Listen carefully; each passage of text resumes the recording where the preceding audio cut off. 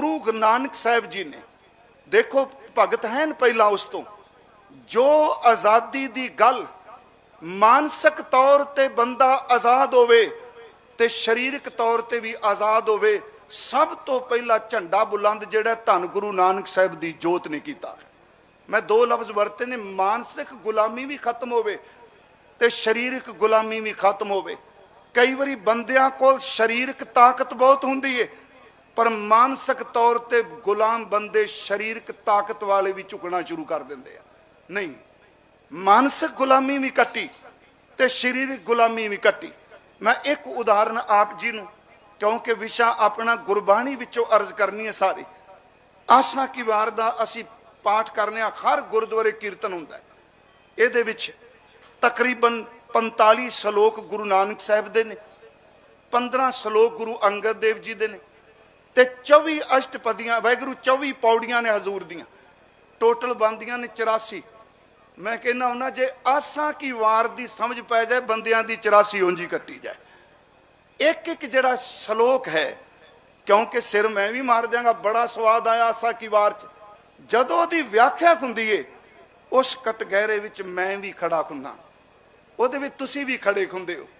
पर गुरु नानक साहब फिर औका दिंदा है कि नहीं, तू अपनी इस कमजोरी नूं दूर कर। देखो गुलामी की है। उस दिन बीबी जी बैठे, मैं अकाल तख्त साहब ते भी क्या सी, जिस दिन असी 21 फरवरी नूं 10 फग्गन नूं ननकाना साहब दा साका मनाया, मैं उस दिन क्या सी राज भाग की हुंदा है। जदों मुगलों दा राज आया उन्होंने गां ते ब्राह्मण दोनों ते टैक्स लाया। अज इन्हां दा राज आया, इन्हां बिल्लां दे विच बिजली दे बिल विच साडे उत्ते गां दा टैक्स तोपिया होया है। महसूस ये तो भावें लाइव चल रहा, सच है ना। जिसका राज तिसी का सुपना, गुरु ग्रंथ साहब कहते हैं, जिसी की सरकार तिसी का सब कोई। देखो गुरु नानक साहब जी दे इस बचन नूं हजूर ने उत्थे मानसिक गुलामी भी कट्टी ते शरीरिक गुलामी भी कट्टी। शब्द मैं पढ़ांगा, गऊ ब्राह्मण को कर लावो। इहदा अर्थ सीधे ने गां अते ब्राह्मण नूं टैक्स लगा, क्योंकि जे पार करना दरिया बामण ते भी टैक्स लगेगा, गां ते भी लगेगा। पर वह गां जिदे ते खतरी टैक्स ला रहा है, क्योंकि जिहड़ा कर वसूलण वाला वह खतरी बैठा हुआ है।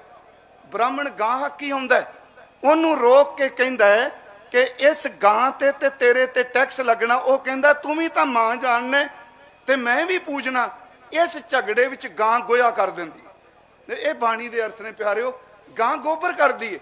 खतरी इसे बहस विच टोकरी लैके न्याणियां नूं कहंदा, आओ गऊ माता ने गोया कीता है, पोचा फेरांगे चौंका सुच्चा होवेगा।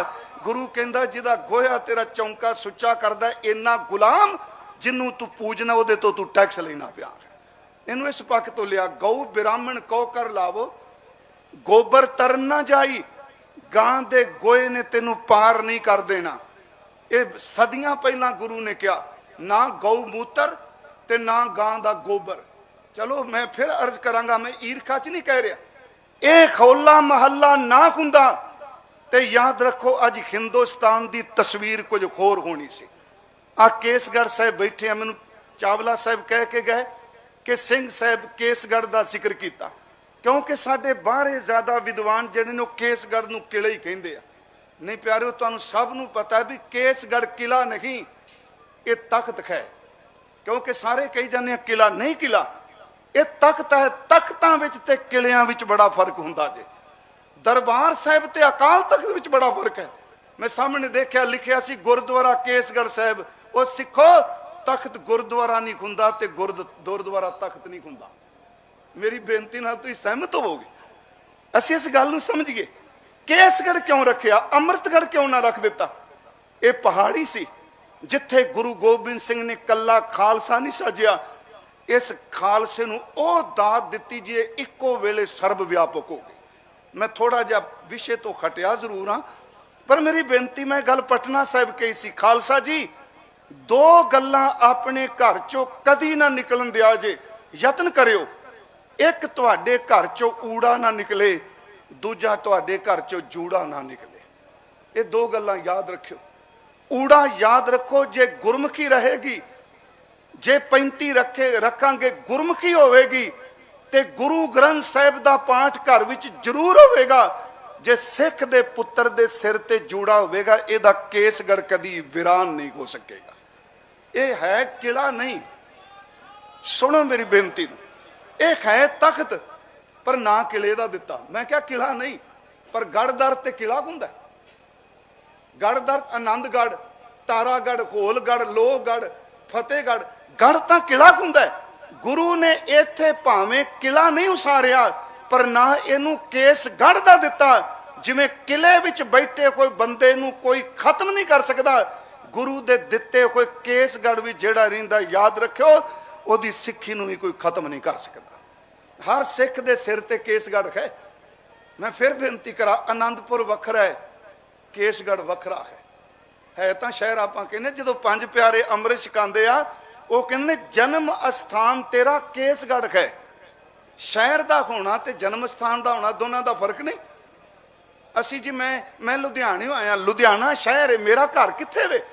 ਆਨੰਦਪੁਰ ਸਾਹਿਬ ਸ਼ਹਿਰ ਹੈ, ਕੇਸਗੜ੍ਹ ਮੇਰਾ ਜਨਮ ਅਸਥਾਨ ਹੈ। ਜੇ ਕੇਸਗੜ੍ਹ ਕਾਇਮ ਰਹੇਗਾ, ਆਨੰਦਪੁਰ ਕਦੀ ਨਹੀਂ ਉਜੜਨਾ। ਹਰ ਚੀਜ਼ ਦਾ ਸੰਬੰਧ ਸਾਡੇ ਅੰਦਰ ਨਾਲ ਹੈ। ਇੱਥੋਂ ਤੱਕ ਮੈਂ ਕਹਿੰਦਾ, ਖੰਡਨ ਕਰਨ ਦੀ ਥਾਂ ਜਿੱਥੇ ਗੁਰੂ ਦੇ ਪੈਰਾਂ 'ਚ ਲੱਗੇ, ਚਰਨਾਂ 'ਚ ਲੱਗੇ ਕੋਈ ਰੇਤ ਦਾ ਕਣ ਵੀ ਹੈ, ਉਹਨੂੰ ਵੀ ਖੰਡਨ ਨਾ ਕਰੋ। ਉਹ ਵੀ ਬਹੁਤ ਵੱਡੇ ਅਰਥ ਲੈ ਕੇ ਬੈਠਾ ਹੋਇਆ ਹੈ। ਸਤਿਗੁਰਾਂ ਨੇ ਕਿਰਪਾ ਕੀਤੀ, ਇਹ ਕੇਸਗੜ੍ਹ ਸਾਨੂੰ ਦਿੱਤਾ। ਇੱਥੇ ਇੱਕ ਬਖਸ਼ਿਸ਼ ਹੋਈ। ਇਸ ਹੋਲੇ ਮਹੱਲੇ ਦਾ ਪਿਛੋਕੜ ਕੀ ਹੈ, ਮੈਂ ਥੋੜੀ ਜੀ ਬਾਣੀ 'ਚ ਅਰਜ਼ ਕਰਨੀ ਚਾਹੁੰਦਾ। ਫਿਰ ਉਸ ਤੁਕ ਤੇ ਆਵਾਂ। ਗਊ ਬ੍ਰਾਹਮਣ ਕੋ ਕਰ ਲਾਵੋ, ਗੋਬਰ ਤਰ ਨਾ ਜਾਈ, ਧੋਤੀ ਟਿੱਕਾ ਤੈ ਜਪ ਮਾਲੀ, ਧਾਨ ਮਲੇਸ਼ਾ ਖਾਈ। ਥੋੜੇ ਜਿਹੇ ਦੇ ਅਰਥ ਆਪਾਂ ਕਰ ਲੈਣੇ, ਕਿਉਂਕਿ ਸਾਰੇ ਸੱਜਣ ਅਰਥ ਸਮਝਣ ਵਾਲੇ ਨਹੀਂ। ਧੋਤੀ ਟਿੱਕਾ ਤੇ ਜਪ ਮਾਲੀ ਮਾਲਾ, ਇਹ ਵੈਸ਼ਨਵ ਦੇ ਚਿੰਨ੍ਹ ਨੇ ਜੀ। ਉਹਨੇ ਤਿਲਕ ਵੀ ਲਾਏ ਨੇ, ਉਹਨੇ ਧੋਤੀ ਵੀ ਬੰਨੀ, ਉਹਦੇ ਕੋਲ ਮਾਲਾ ਵੀ ਹੈ। ਪਰ ਗੁਰੂ ਸਾਹਿਬ ਕਹਿੰਦੇ ਨੇ, ਇੰਨਾ ਮਾਨਸਿਕ ਤੌਰ ਤੇ ਗੁਲਾਮ ਹੈ ਜਿਹੜਾ ਇਹਦੀ ਧੋਤੀ ਨੂੰ, ਟਿੱਕੇ ਨੂੰ, ਜਨੇਊ ਦਾ ਨਿਰਾਦਰ ਕਰਦਾ ਹੈ, ਉਹਨੂੰ ਮਲੇਸ਼ ਕਹਿੰਦਾ ਤੇ ਰਾਤ ਨੂੰ ਮਲੇਸ਼ ਦੇ ਘਰ ਵੀ ਜਾ ਕੇ ਰੋਟੀ ਖਾਂਦਾ ਹੈ। ਮਾਨਸਿਕ ਤੌਰ ਤੇ ਗੁਲਾਮ ਹੋ ਚੁੱਕਾ ਹੈ। ਇਸ ਬੇਨਤੀ ਨੂੰ ਸੁਣਿਓ। ਧਾਨ ਮਲੇਸ਼ਾ ਖਾਈ, ਅੰਤਰ ਪੂਜਾ ਪੜ੍ਹੇ ਕਤੇਬਾ, ਲੁਕ ਕੇ ਪੂਜਾ ਕਰਦਾ ਸਾਲਗ੍ਰਾਮ ਦੀ, ਬਾਹਰ ਕਚਹਿਰੀਆਂ ਵਿੱਚ ਜਾ ਕੇ ਕਤੇਬਾਂ ਦੀਆਂ ਸਿਫਤਾਂ ਕਰਦਾ, ਕੁਰਾਨ ਦੀਆਂ ਵਾਹ ਵਾਹ, ਕਿਆ ਬਾਤ ਸਾਹਿਬ ਜੀ, ਕਿਆ ਬਾਤ। ਗੁਰੂ ਕਹਿੰਦਾ, ਤੂੰ ਗੁਲਾਮ ਹੈ ਜਿਹੜਾ ਤੂੰ ਕਮਰੇ 'ਚ ਬਹਿ ਕੇ ਧਰਮ ਕਮਾਨਾ, ਤੂੰ ਸ਼ਰੇਆਮ ਨਹੀਂ ਕਮਾ ਸਕਦਾ। ਇਹੀ ਕਾਰਨ ਨਗਾਰਾ ਵੱਜਦਾ ਇੱਥੇ। ਤੁਸੀਂ ਨਗਾਰਿਆਂ ਨਾਲ ਸ਼ੁਰੂਆਤ ਕੀਤੀ ਹੋਲੇ ਮਹੱਲੇ ਦੀ, ਇਹਦੇ ਵੀ ਕੋਈ ਅਰਥ ਨਹੀਂ। ਨਗਾਰਾ ਕਿਉਂ ਵਜਾਏ? ਇਹ ਨਗਾਰਾ ਆਜ਼ਾਦੀ ਦਾ ਪ੍ਰਤੀਕ ਹੈ। ਔਰੰਗਜ਼ੇਬ ਦੇ ਵੇਲੇ ਇੱਥੋਂ ਤੱਕ ਉਹਨੇ ਹਜ਼ੂਰ ਬਾਰੇ ਜੋ ਪੱਤਰਕਾ ਲਿਖੀ, ਉਹਨੇ ਕਿਹਾ ਕਿ ਗੁਰੂ ਗੋਬਿੰਦ ਸਿੰਘ ਜੀ ਨੂੰ ਕਹੋ ਉਹ ਸ਼ਬਦ ਵਰਤੇ, ਉਹ ਨਗਾਰਾ ਨਾ ਵਜਾਣ, ਉਹ ਝੰਡੇ ਨਾ ਚੁਲਾਣ, ਉਹ ਘੋੜਿਆਂ ਦੀ ਸਵਾਰੀ ਨਾ ਕਰਨ। ਹੋਲਾ ਮਹੱਲਾ ਇਸ ਗੁਲਾਮੀ ਨੂੰ ਕੱਟਦਾ ਹੈ ਕਿ ਅਸੀਂ ਨਗਾਰਾ ਵੀ ਵਜਾਵਾਂਗੇ, ਸਾਡਾ ਨਿਸ਼ਾਨ ਵੀ ਝੁੱਲੇਗਾ, ਇੱਥੇ ਘੋੜ ਸਵਾਰੀ ਵੀ ਹੋਵੇਗੀ, ਤੇ ਜਿੱਥੇ ਇੰਨਾ ਕੁਝ ਹੋਵੇਗਾ ਉੱਥੇ ਸਾਰਾ ਦਿਨ ਪ੍ਰਮਾਤਮਾ ਦੀ ਸਿਫਤ ਦੇ ਗੀਤ ਵੀ ਗਾਏ ਜਾਣਗੇ। ਉਂਝ ਵੈਸੇ ਮੈਨੂੰ ਪਤਾ ਹੈ, ਕਿਉਂਕਿ ਸਮਾਂ ਪਾ ਕੇ ਕਈ ਗੱਲਾਂ ਵਿਸਰ ਜਾਂਦੀਆਂ ਨੇ, ਨਵੀਨ ਜਨਮ ਲੈ ਲੈਂਦੀਆਂ। ਪਹਿਲਾਂ ਕਹਿੰਦੇ ਸਨ ਜੀ ਇੱਕ ਦਿਨ ਦਾ ਹੋਲਾ ਮਹੱਲਾ, ਡਾਕਟਰ ਜੱਗੀ ਲਿਖਦਾ 7 ਦਿਨ ਮਨਾਇਆ ਜਾਂਦਾ ਸੀ। 7 ਦਿਨ ਸਿੱਖ ਵਿਸ਼ਵਕੋਸ਼ ਵਿੱਚ ਇੰਦਰਾਜ ਪੜੋ ਹੋਲਾ ਮਹੱਲਾ, ਉਹ ਕਹਿੰਦਾ 7 ਦਿਨ ਮਨਾਇਆ ਜਾਂਦਾ ਸੀ। ਉਸ ਵਕਤ ਉਹਦੀ ਲਿਖਤ ਮੁਤਾਬਕ ਇੱਕ ਜੱਥਾ ਚਿੱਟੇ ਕੱਪੜੇ ਪਾਉਂਦਾ ਸੀ ਹਮਲਾ ਕਰਨ ਵਾਲਾ, ਤੇ ਦੂਜਾ ਕੇਸਰੀ ਰੰਗ ਦੇ ਕੱਪੜੇ ਪਾਉਂਦਾ ਹੁੰਦਾ ਸੀ। 7 ਦਿਨ ਗੁਰਬਾਣੀ ਦਾ ਕੀਰਤਨ ਚੱਲਦਾ ਸੀ, ਕਥਾ ਚੱਲਦੀ ਸੀ। ਇੱਥੋਂ ਤੱਕ ਕਿ ਢਾਡੀ ਵੀਰ ਜਿਹੜੇ ਨੇ ਉਹ ਆਪਣੀ ਕਲਾ ਰਾਹੀਂ ਵੀਰ ਰਸ ਦਾ ਜ਼ੋਰ ਦਿਖਾਉਂਦੇ ਸਨ, ਸ਼ਬਦਾਵਲੀ ਰਾਹੀਂ। ਇਹਨੂੰ ਸੁਣ ਤੋਂ ਬਾਅਦ ਖਾਲਸਾ ਜੀ, ਖਾਲਸਾ ਫੌਜਾਂ ਘੋੜਿਆਂ ਤੇ ਚੜ ਕੇ ਉਹਨੂੰ ਪ੍ਰੈਕਟੀਕਲ ਤੌਰ ਤੇ ਕਰਕੇ ਦਿਖਾਉਂਦੀਆਂ ਸਨ, ਕਿਉਂਕਿ ਸਿੱਖੀ 'ਚ ਸ਼ਾਸਤਰ ਨੂੰ ਸ਼ਸਤਰ ਤੋਂ ਵੱਖ ਨਹੀਂ ਕੀਤਾ ਜਾ ਸਕਦਾ। ਇਹ ਵੀ ਰਾਤੀ ਅਰਜ਼ ਕਰਾਂਗਾ। ਹੁਣ ਤੁਸੀਂ ਦੇਖੋ, ਧੋਤੀ ਟਿੱਕਾ ਤੈ ਜਪ ਮਾਲੀ, ਧਾਨ ਮਲੇਸ਼ਾ ਖਾਈ, ਅੰਤਰ ਪੂਜਾ ਪੜ੍ਹੈ ਕਤੇਬਾ, ਸੰਯਮ ਤੁਰਕਾ ਭਾਈ। ਤੇਰਾ ਰਹਿਣਾ ਥਹਿਣਾ ਤਾਂ ਉਹਨਾਂ ਤੁਰਕਾਂ ਵਰਗਾ, ਤੂੰ ਕਾਹਦਾ ਹਿੰਦੂ। ਵੇਖੋ ਏਡੀ ਵੱਡੀ ਗੱਲ, ਇਹ ਗੱਲਾਂ ਤਾਂ ਬੜੀਆਂ ਵੱਡੀਆਂ ਵੱਡੀਆਂ ਕਰਦੇ ਆ। ਮੈਂ ਕਹਿੰਦਾ ਹੰਕਾਰ ਨਹੀਂ, ਪੂਰੇ ਹਿੰਦੁਸਤਾਨ ਦੀ ਤਵਾਰੀਖ ਵਿੱਚ ਕੋਈ ਲਿਖਤ ਮੈਨੂੰ ਦਿਖਾ ਦਿਓ ਆਸਾ ਦੀਵਾਰ ਦੇ ਮੁਕਾਬਲੇ ਦੀ ਜਿਹੜਾ गुलामी का रज के खंडन करती हो। केवल गुरु नानक साहब ने संयम तुरका पाई छोड़ी ले पाखंडा नाम ले जाहे तरंदा। हुण अगला शब्द ध्यान नाल सुनियो, मानस खाना करे निवाज। बड़ी औखी गल है। आसा की वार अनुसार कोई खरियो बूट रहो री जेड़ा सिख होवेगा। मानस खाना करे निवाज, इनू बरीकी ना समझ वर्त। बंदियां दा खून पीण वाला हाकम, क्योंकि राज ओदा है, वो नमाज पिया पढ़दा जाके।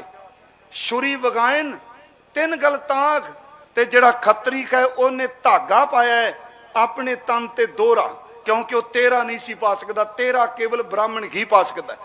उत्थे है छुरी वगायन तीन गल ताग, जड़ा खतरी मुसलमान दा अगे एहलकार है उन्हें धागा पाया है। ते गुरु नानक साहब कहता छुरी ये भी पकड़ के बैठा, अपनिया दा घात इन्हें भी करना, क्योंकि जालम हुकूमत न रलिया है। मानस खाने करे निवाज छुरी वगायन तीन गल ताग। इनू फिर सुनियो, एक हो गया बादशाह जी का राज है, एक ओदा नौकर खतरी, ते अगे तीसरा महकमा पुजारियां दा। जेड़ा ब्राह्मण खतरी दे घर जाके यज्ञ करदा है, संख पूरदा है, ते महाराज कहते जदों तेनू दिखना दखना मिलती है, जेड़ी तू घर लिया के खाना वो भी मलेश दे घर विचों आई कोई। इन्नी बरीकी नाल कोई गुलामी की व्याख्या करेगा भी किवें कटनी। महाराज कहते छुरी वगायन तीन गल ताग, तीन घर ब्राह्मण पूरा नाद ओना पियावे वही साध। कूड़ी रास कूड़ा व्यापार, कूड़ बोल कलह आहार, शर्म धर्म का बेड़ा दूर, नानक कूड़ रहा भरपूर, मत्था टिक्का तेड़ धोती का खाई, हाथ छुरी जगत कसाई। महाराज कहते इना गुलाम नील बस्त्र पैर होवे परवान, क्योंकि बादशाह दे सामने जाने ते दरबार विच तेनू नील बस्त्र धारण करने पैणगे। मेरा गुरु नानक साहब कहंदा कपड़े बोली खाना जेड़ियां कौमां गुलाम हो जान वो अपनी मर्जी नाल खा भी नहीं सकदियां, अपनी मर्जी नाल पा भी नहीं सकदियां, अपनी मर्जी नाल बोल भी नहीं सकदियां। आ खोला महला इस धरती ते एक आजाद कौम की सूचना पिया दिंदा है। महाराज ने देखो शब्द वरते, फिर मैं उस बेनती ते आवांगा। छुरी वगायन तीन गल ताग, तीन कर ब्राह्मण पूरा नाद, ओना पियावे ओही साध, कूड़ी रास कूड़ा व्यापार, कूड़ बोल करें आहार, शर्म धर्म का डेरा दूर, नानक कूड़ रहा भरपूर, मत्था टिक्का तेड़ धोती का खाई, हाथ छुरी जगत कसाई, नील बस्त्र पैर होवे पुराण परवान, मलेश धान लै पूजै पुराण। कहंदा मैं सुच्चा वां। महाराज कहंदे ने जेड़ा तू यज्ञ कर लगा, पुराण पढ़न लगा, तेरे घर रोटी उस जालम हाकम दी आई है, क्योंकि तू गुलाम है। गुलाम बंदा यज्ञ भी अपनी किरत विचों नहीं कर सकता।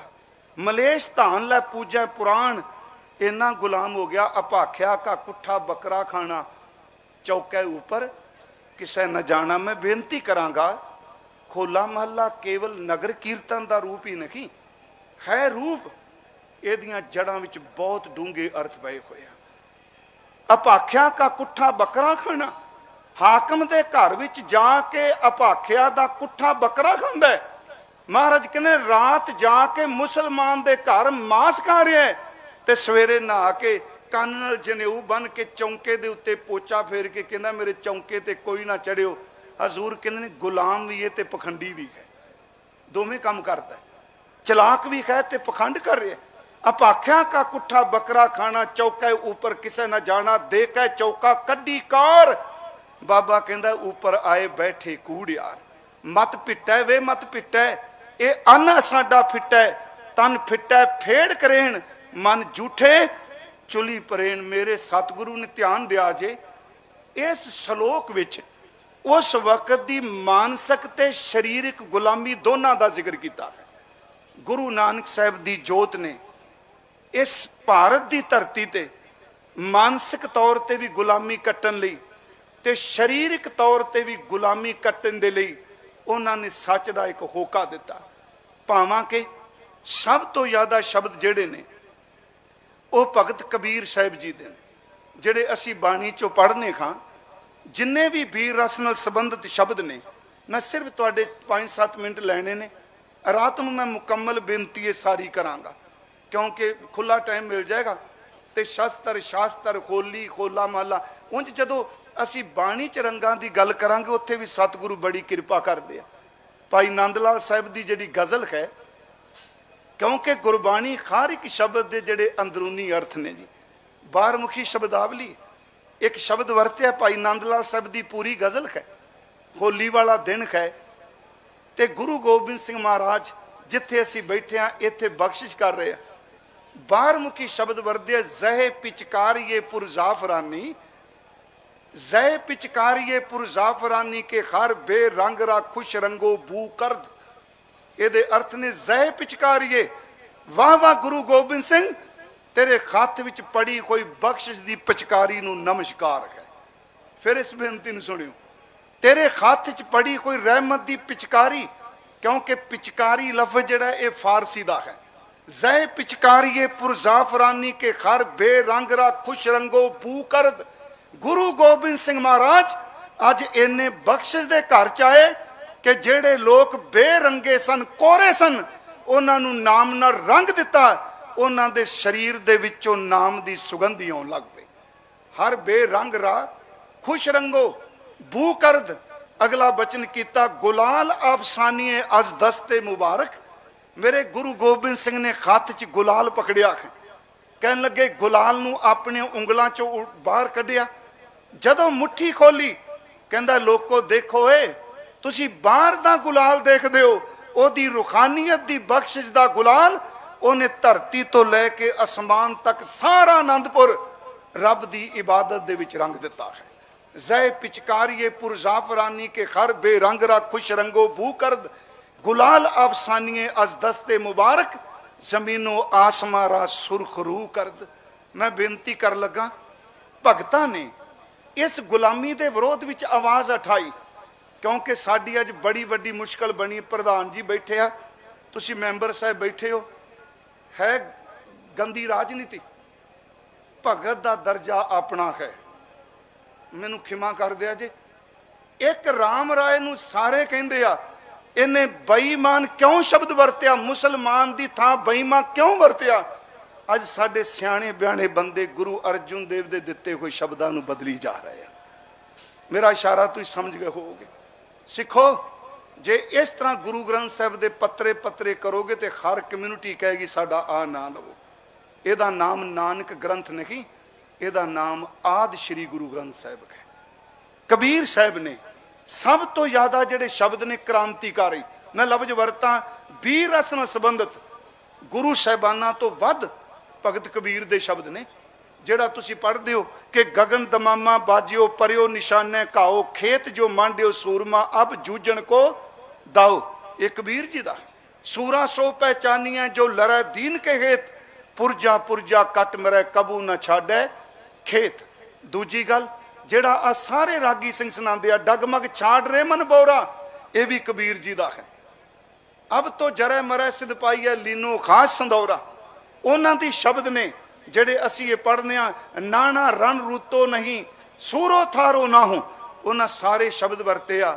पर गुरु नानक साहब दी जोत ने ये साडे ते बख्शिश कीती। जदों बंदा मानसिक गुलाम होवे ना, मैं तुहानूं कहा वो ताकत होने के बावजूद भी तरक्की नहीं कर सकता। मैं उस दिन अकाल तख्त साहब ते क्या हाथी च कितनी ताकत है, पर जदों मानसिक तौर पर उन्होंने महावत गुलाम कर लेंदा है, रोज संगल पांदा है, उन्होंने पता है मेरे पैर च पैखड़ संगल पै गया, मैं चलना नहीं। संगल ना भी पाओ, हाथी नूं कच्चे धागे नाल बांधो फिर भी खलो जाता, क्योंकि मानसिक तौर पर गुलाम हो चुका है। मेरे सतगुरां ने शास्त्र नाल शब्द नाल साडी मानसिक गुलामी दे टुकड़े टुकड़े कर दिते।